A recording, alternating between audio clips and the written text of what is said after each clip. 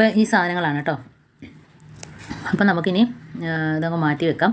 അപ്പോൾ നമുക്ക് ആദ്യമായിട്ട് മുട്ടത്തോടൊന്ന് മിക്സിയുടെ ജാറിൽ പൊടിച്ചെടുക്കുക. അപ്പോൾ ജാറ് നല്ല ക്ലീനായിട്ട് കിട്ടുന്നത് മാത്രമല്ല, ജാറിൻ്റെ അകത്തുള്ള ബ്ലേഡൊക്കെ ഉണ്ടല്ലോ നല്ല രീതിയിൽ മൂർച്ച കൂടി കിട്ടും കേട്ടോ. അപ്പോൾ ഇത് മുട്ടത്തോട് ഇങ്ങനെ 2-3 പൊടിക്കുകയാണെങ്കിൽ നമ്മൾ ജാറിൻ്റെ മിക്സിയുടെ ജാറിൻ്റെ ഈ ബ്ലേഡൊക്കെ നല്ല രീതിയിൽ മൂർച്ച കൂടി കിട്ടും. അപ്പോൾ ഞാൻ പൊടിച്ചെടുത്തിട്ടുണ്ടേ, തട്ടിയിടാം.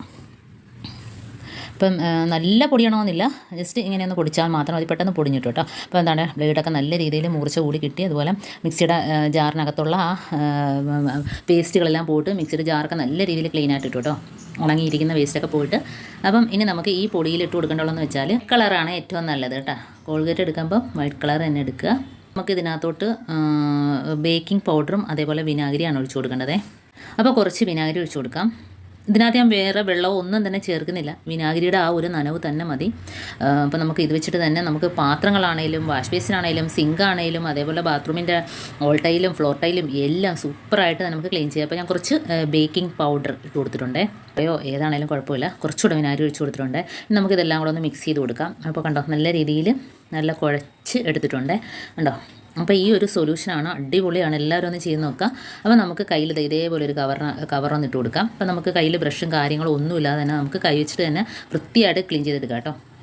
അപ്പോൾ നമുക്ക് കൈ കൊണ്ട് ക്ലീൻ ചെയ്യുന്നതിൽ ഏറ്റവും നല്ലത് ബ്രഷ് എടുക്കുന്നതിനേക്കാളൊക്കെ. ഇതിൽ ഞാനിന്ന് വന്നിരിക്കുന്നതേ, നമ്മൾ ഇതേപോലെ പച്ചക്കയൊക്കെ കൈ കൊണ്ട് മുറിക്കുമ്പോഴത്തേനും നമ്മുടെ കയ്യിലൊക്കെ കറയാവാറുണ്ടല്ലേ. കയ്യിൽ എത്ര കഴുകിയാലും പോകത്തില്ല, ഒരു പ്രത്യേക ഒരു സൈസ് കറയാണ് ഇതിൻ്റെ. അപ്പം നമ്മൾ കയ്യിൽ കുറച്ച് വെളിച്ചെണ്ണ ഇതേപോലെ പുരട്ടിയതിന് ശേഷം, ഏതെണ്ണയാലും കുഴപ്പമില്ല, കയ്യിൽ പുരട്ടിയതിന് ശേഷം നമ്മൾ ഇതേപോലെ തൊലി മുറിക്കുകയാണെങ്കിലും ഒട്ടും കയ്യിൽ കറ പറ്റത്തില്ല. പിന്നെ നമ്മൾ മുറിച്ചിട്ട് അരിഞ്ഞിടുമ്പോഴും നമ്മൾ ചൂടുവെള്ളത്തിനകത്ത് അരിഞ്ഞിടുക കേട്ടോ. അപ്പം പച്ചക്കയുടെ കറയൊക്കെ പെട്ടെന്ന് തന്നെ പോയി കിട്ടും. നമ്മൾ തോരനൊക്കെ വെക്കുന്നതിന് മുമ്പായിട്ട് തന്നെ അതിൻ്റെ കറയൊക്കെ പോയി കിട്ടും. അപ്പോൾ ഇങ്ങനെ ചെയ്യാമാണ് കേട്ടോ. എന്ന് വെച്ചാൽ വലിയ ജീരകം നല്ല വറുത്ത് നല്ല മണമൊക്കെ ആയിട്ടിരിക്കുന്നത്. ഇതിൽ നമ്മൾ 5-6 മുട്ടത്തോട് ഇട്ട് കൊടുത്തിട്ട് ഇതേപോലെ കിച്ചണിലൊക്കെ വെക്കുകയാണെങ്കിൽ പല്ലിയുടെയും പാറ്റയുടെയൊക്കെ ശല്യം ഒഴിവാക്കി കിട്ടും. ആ ഭാഗത്തോട്ടെ ഇതിൻ്റെ ഒരു ശല്യമേ കാണത്തില്ല കേട്ടോ. അതിപ്പോൾ ഇതേപോലെ പെരിഞ്ചീരകവും മുട്ടത്തോടുമായിട്ട് വെച്ച് കൊടുക്കുക.